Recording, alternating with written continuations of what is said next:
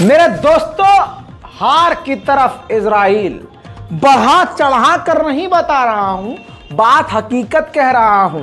हार की तरफ इजराइल क्यों है, इससे पहले आगे कुछ कहूं, सीधा सुन लीजिए। पिछले 24 घंटों में इजराइल के सैनिक गाजा में मारे गए हैं 14, 10 और 4।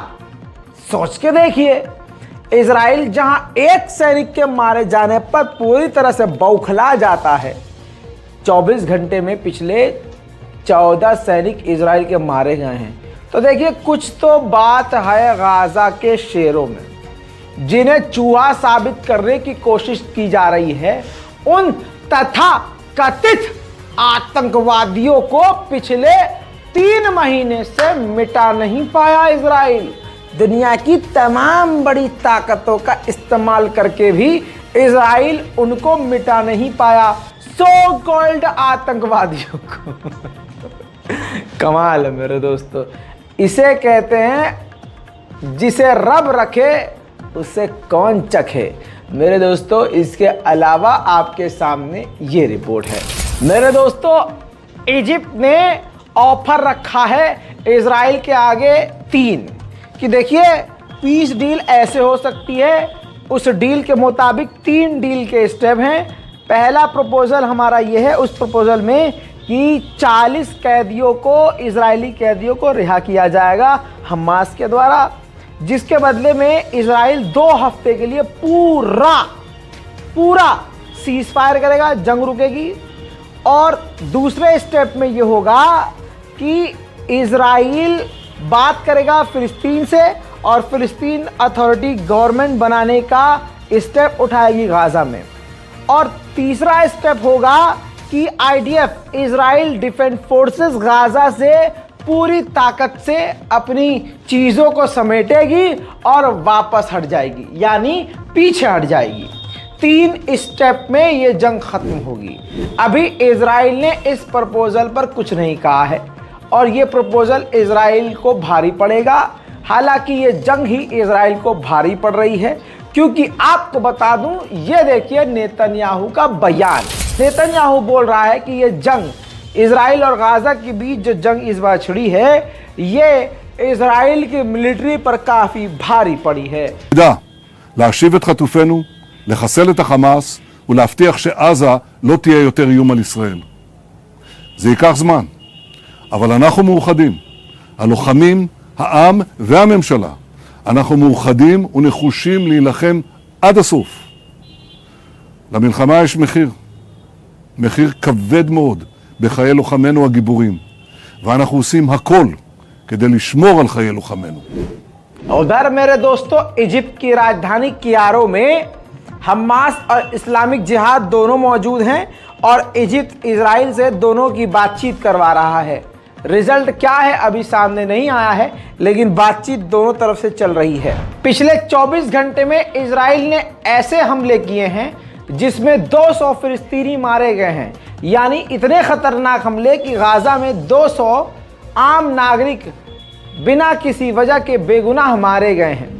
और आपको यह भी बताना ज़रूरी है कि इजराइल ने ऐसा हमला किया है, पूरा गाजा फना हो चुका है। 20,400 से ज़्यादा गाजा के आम लोग मारे गए हैं। मेरे दोस्तों, यमन ने बताया कि अमेरिका ने अपने युद्धपोत से हमारे नेवल बेस पर हमला किया, लेकिन वो मिसाइल अमेरिका की हम पर नहीं, गैबोन शिप पर जाकर गिरी, जो कि रशिया से आ रही थी। उससे हमारा कोई लेना देना नहीं, यानी अमेरिका ने मिस फायर किया। एक और बार जलील हुआ अमेरिका। माफ कीजिएगा, सुबह ही सुबह ये दिखाना पड़ रहा है, लेकिन अजीजों, यही सच्चाई है।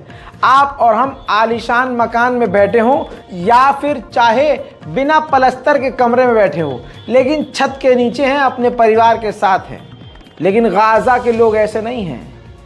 खतरनाक सर्दी और बरसात में टेंट लगाकर रहने पर मजबूर है गाजा के लोग।